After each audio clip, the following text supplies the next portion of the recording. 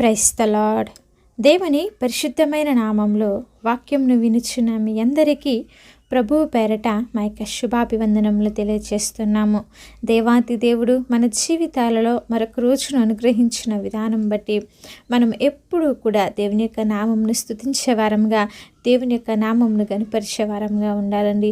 ఈ లోకంలో జీవించినంత కాలము కూడా మనం ఎంతలా ఆయన్ని స్తుతించినా ఆయన మన ఏళ్ళ జరిగించినటువంటి మేలులకు ఏమిచ్చి కూడా మనం ఆయనకు రుణాన్ని తీర్చలేము. కాబట్టి ప్రతినిత్యము ప్రభు సన్నిధిలో స్తుతించే వారంగా, దేవుని యొక్క నామమును గనుపరిచే వారంగా ఉందాము. అలాగే మీరు మాకు తెలియజేస్తున్న ప్రతి ప్రార్థన అంశం గురించి మేము ప్రతినిత్యము ప్రార్థిస్తున్నాము.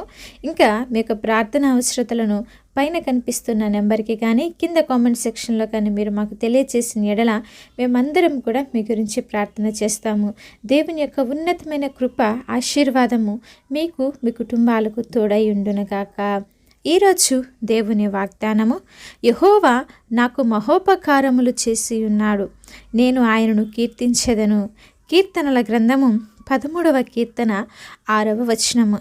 ప్రియ సహోదరి సహోదరులారా, భక్తుడైనటువంటి దావీదు గారు దేవాతి దేవుని సన్నిధిలో మొరపెడుతూ మరి దేవుని యొక్క నామమును స్తుతిస్తూ, దేవుని గణపరుస్తూ, మరి గొప్ప దేవుడు, మహాదేవుడు మరి నాకు గొప్ప కార్యములు చేసి ఉన్నాడు, నా జీవితంలో ఎన్నో అద్భుతాలు చేసి ఉన్నాడు, నా కుటుంబం పట్ల ఎన్నో కార్యాలు చేసి ఉన్నాడు, కాబట్టి నేను ఆయన్ను స్తుతిస్తాను, ఆయన యొక్క నామమును నేను గణపరుస్తాను అని సెలవిస్తున్నాడు. నిజమే కదండి.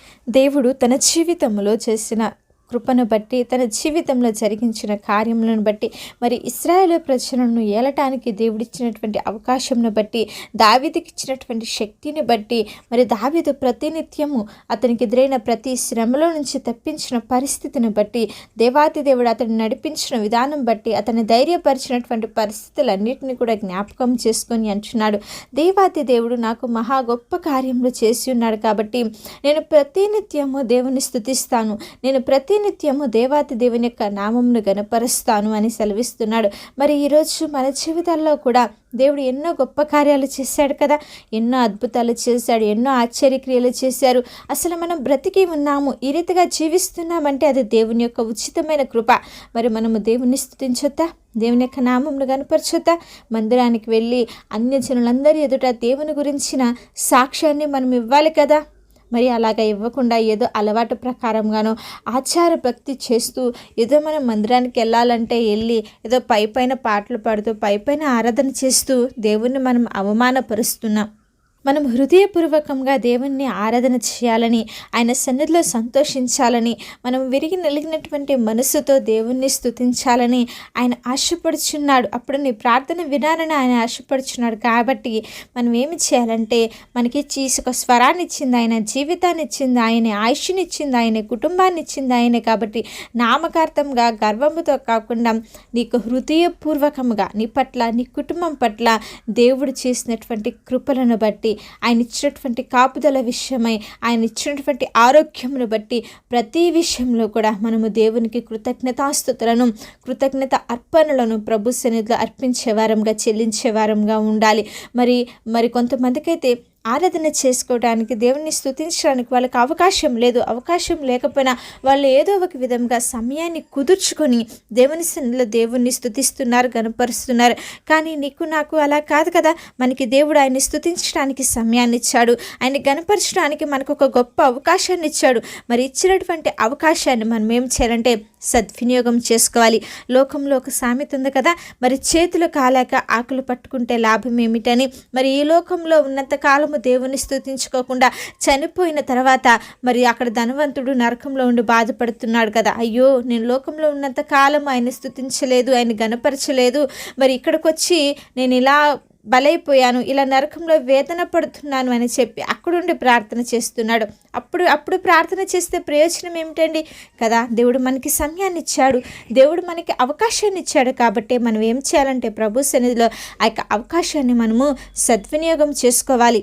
మనకి ఎవరైనా సహాయం చేస్తే మనం వాళ్ళకి కృతజ్ఞత చూపిస్తాం కదా. కానీ మరి దేవుడు మన ఏళ్ళ చేస్తున్నటువంటి కృప ఎంత గొప్పది. మరి మనం దేవునికి కృతజ్ఞతలు చెల్లించొద్దా? అందమైన లోకాన్ని ఇచ్చాడు, జీవితాన్ని ఇచ్చాడు, ఉద్యోగాన్ని ఇచ్చాడు, కుటుంబాన్ని ఇచ్చాడు, చదువునిచ్చాడు, ఆరోగ్యాన్ని ఇచ్చాడు. ప్రతిదినము నిన్ను ఆయన తన రెక్కల చాటున భద్రపరిచి కాపుదలను అనుగ్రహిస్తున్న దేవాతి దేవునికి నువ్వు ఇంకెంత రుణపడి ఉండాలి.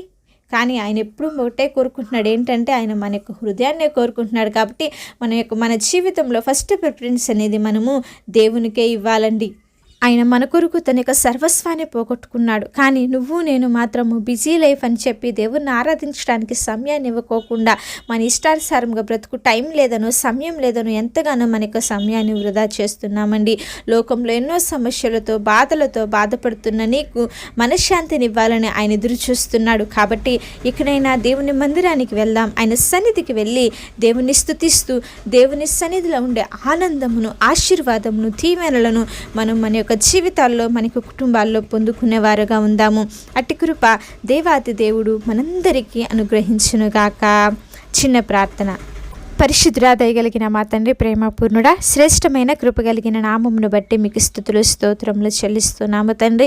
అవును దేవా, నీ సన్నిధిలో ఆరాధించే భాగ్యంను, నిన్ను కీర్తించే గొప్ప ధన్యతను మీరు మాకు ఇచ్చిన విధానం బట్టి మీకు స్తోత్రములు. ఇంతకాలము అనుదినము మమ్మల్ని రక్షిస్తూ మీ సన్నిధిలో గడిపే గొప్ప భాగ్యాన్ని మాకు ఇచ్చినందుకు మీకు వందనాలు చెల్లిస్తున్నామయ్యా. ఎంతమంది బిడ్డలైతే వాక్యంను వింటున్నారు, వారి జీవితాలలో గొప్ప మేలులను, ఆదరణ, కృపలను మీరు దయచేయండి. వారి కుటుంబాలను ఆశీర్వదించండి, దీవించి బలపరచండి. ఉన్నతమైనటువంటి మేలులతో నింపమని ప్రార్థిస్తున్నాం. సహాయం అనుగ్రహించి బిడ్డల చుట్టూ మీ కాపుదల దయచేసి మంచి ఆరోగ్యములను, స్వస్థతను, విడుదలను దయచేసి మీ సన్నిధిలో గొప్ప సాక్షులుగా నిలవబెట్టుకోమని యేసుక్రీస్తు నామములో అడిగి వేడుకొని ప్రార్థిస్తున్నాము తండ్రి. ఆమేన్.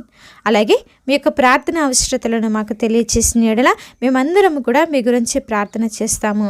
దేవుని యొక్క ఉన్నతమైన కృప మీకు, మీ కుటుంబాలకు తోడై ఉండి నడిపించునుగాక.